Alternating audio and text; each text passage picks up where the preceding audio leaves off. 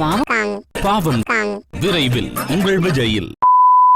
Hey guys and welcome back to RNX Force. நீங்கள் நம்ம channel subscribe பண்ணி நம்மளோட ஃபோர்ஸில் ஜாயின் பண்ணனா உடனடியாக சப்ஸ்கிரைப் பண்ணி நம்ம RNX Forceல ஜாயின் பண்ணிக்கோங்க. அண்ட் நம்ம இன்ஸ்டாகிராம் ஐடி டிஸ்கிரிப்ஷனில் இருக்குது.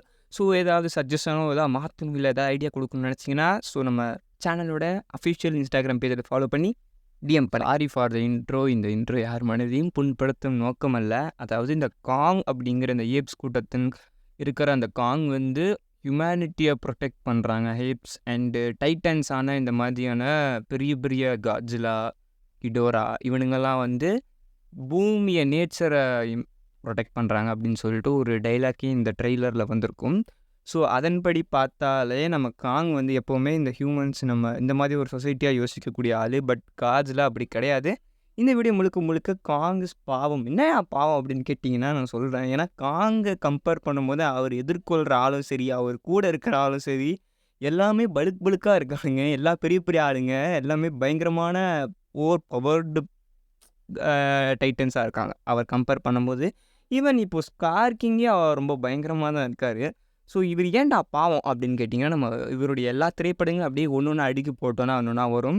ஸோ நம்ம கேப்டன் மார்வலுக்காக ஸ்கல்கிராலர்கிட்ட அவ்வளோ கொடுமைகளை தாண்டி அடித்து பிடிச்சி இடிச்சிருவார். அண்ட் அந்த படத்தில் ஈஸியாக ஜெயிச்சிருவார். அண்ட் அதுக்கடுத்து நம்ம அங்கேருந்து ரொம்ப நாள் கழித்து இவனுங்க மொனார் கூட்டு வந்து அடைச்சி வச்சு காட்ஜிலா வெர்சஸ் காங் அப்படின்னு இழுத்து விட்ருவாங்க. அங்கே வந்து ஃபஸ்ட்டு கிட்டத்தட்ட மூச்சு திணற பார்த்தீங்கன்னா கடலுக்குள்ளே அது வரைக்கும் காங் போயிருக்குமான்னு தெரியல. ஆழத்துக்கு போயிட்டு கிட்டத்தட்ட சாப்பிடோட விளிம்பில் போய் எப்பாடா தப்பிச்சோண்டான்னு சொல்லிட்டு உட்கார வச்சிருச்சு. அண்ட் காட்ஜிலா செத்து போயிட்டான் போலான்னு சொல்லிட்டு அங்கே விட்டுட்டு போயிடும். அண்ட் அதுக்கப்புறம் ரொம்ப நேரம் கழிச்சு மறுபடியும் ஒரு ஃபைட்டு. அங்கே வந்து என்கிட்ட ஆக்ஸ் இருக்குது பாத்தியா இப்போ வாடான்னு சொல்லிட்டு அங்கேருந்து ஆட்டம் காமிச்சிக்கிட்டே இருக்கும். ஆனாலும் காட்ஜிலாவோட ஃபயரு முதுகில் பட்டு முதுகு பற்றி எரிஞ்சு சுருண்டு விழும்.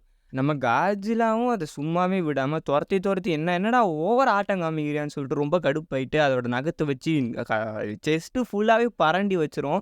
அப்புறம் அதோட கையை வந்து கடித்து தூக்கி போட்டுருமா. ஸோ அங்கேயே வந்து அவரோட கையும் ஃப்ராக்சரு, கிட்டத்தட்ட செஸ்ட்லேயும் பரண்டி வச்சுட்டாப்புல. அதுவும் இல்லாமல் கிட்டத்தட்ட 90,000 டன் இருக்கக்கூடிய ஒரு மிகப்பெரிய டைட்டன் அதோட காலை தூக்கி நெஞ்சில், அதுவும் கிட்டத்தட்ட ஹார்ட் பீட் ஸ்டாப் ஆகிற ஸ்டேஜுக்கு ஹியூமன்ஸ் வரலன்னா செத்தே போயிருக்கும் காங்கு. அவ்வளோ தூரத்துக்கு நசுக்கியே கிட்டத்தட்ட சாவோட விளிம்புக்கு 3வது தடவை கொண்டு போயிட்டாப்புல அந்த மனுஷன். அண்ட் மெக்கா காட்ஜிலா கிட்டேருந்து நம்ம காட்ஜிலாவை காப்பாற்றுச்சு காங்கு கடைசி. அதுக்கப்புறமா சுமூகமாக ஐ கான்டாக்ட் வச்சு விட்டுட்டு போயிட்டாப்புல. அண்ட் அதுக்கடுத்து இப்போ இந்த படத்துலையும் பாருங்கள் ஸ்கார் கிங் கிட்ட போயிட்டு பல்லும் உடஞ்சியப்பட்டு கையும் உடையப்பட்டு இடது கையிலையும் கீறிட்டு அதுக்கப்புறமா நம்ம கிளைமேக்ஸை நோக்கி மறுபடியும் வரலான்னு பார்த்தா அங்கேயும் காட்ஜிலா வந்து பிரமிடை உடச்சிட்டு அட்டாக் பண்ண வருது. ஸோ என்னை பொறுத்த வரைக்கும் காங் உண்மையிலே ரொம்பவே பாவமாக தான் இருக்குது. கையை உடச்சிட்டு அதுக்கப்புறமா திருப்பி க்ளவும் கொடுக்குறானுங்க. யோசிச்சு பாருங்கள், நீங்கள் காங்கோட ஸ்டேஜில் இருந்து நம்மளோட ரியல் லைஃப்பில் கனெக்ட் பண்ணி பாருங்களேன். என்னையே தாண்டா ஈஸியாக அடிச்சு போடுறீங்க. நாம் யாருக்கு என்ன தீங்கு செய்தோம்? நமக்கு மட்டும் ஏன் இப்படி எல்லாம் நடக்கிறது? என்னையே மட்டும் தாண்டா அடிச்சு போடுறீங்க. எங்கே போனாலும் என் சொர்த்தி அடிக்கிறானுங்க. அந்த மாதிரி தான் இருக்குது நம்ம காங்கு. அதுவும் அந்த ட்ரெய்லர் அவரோட ரியாக்ஷன்லாம் பார்க்கும்போது எனக்கு ரொம்ப கஷ்டமாக இருந்தது.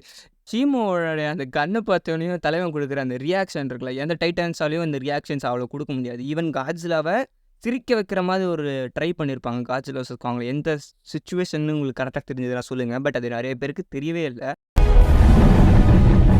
ஏன்னா அவங்களால அது டைட்டன்ஸ் சிரிக்க இவங்க எமோஷன்ஸை கொடுக்க முடியாது. பட் காங்கால் ஈஸியாக எக்ஸ்பிரஷன் கொடுக்க முடியாது. கிட்டத்தட்ட ஹியூமன் ரிலேட்டடாக தானே இருக்குது. ஸோ ஈஸியாக எக்ஸ்பிரஷன்ஸ் கொடுக்க முடியுங்கிறதுனால தான் எல்லா படத்துலையும் காங் பேஸ் பண்ணி ஸ்டோரி மூவ் ஆகும். ஏன்னா ஹியூமன்ஸால் நம்மளால் ஆடியன்ஸால் ஈஸியாக அதோட ஃபீலிங்ஸும் சரி அதோட ரியாக்ஷன்ஸும் சரி ஸோ எல்லாத்தையும் கனெக்ட் பண்ணிக்க முடியுங்கிறதுனால தான் காங்கோடையே கனெக்ட் பண்ணி கொண்டு போகிறாங்க. அண்ட் காங்கை வந்து ஓவர் பவரோட காமிக்கவும் முடியாது. ஏன்னா இட்ஸ் நாட் லைக் எதுவுமே எக்ஸ்ட்ரா சக்தி கொடுக்க முடியாது. திடீர்னு காங்கோட வாயிலேருந்து அட்டாமிக் பிரித் வராமல் இருந்ததுன்னா நீங்கள் என்ன சொல்கிறது ஏற்றுக்க மாட்டீங்க.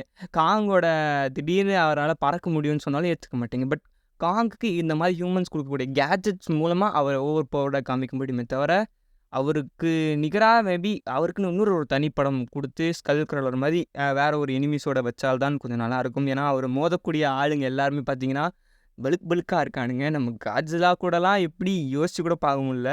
அண்ட் காட்ஜிலா வெர்சஸ் ஷீமோ பார்த்தீங்கன்னா அது இன்னும் பாவம். நம்ம காட்ஜிலா இதோட இன்னும் கொடுமையெல்லாம் அனுபவிக்க போகுது. ஆல்ரெடி மெக்கா காட்ஜிலாவே போட்டு நசுக்கி கிட்டத்தட்ட கொன்று இருக்கும் வாய்க்குள்ளே கரண்ட்டெல்லாம் விட்டுட்டு காங்கால் காட்ஜிலா தப்பிச்சிச்சு.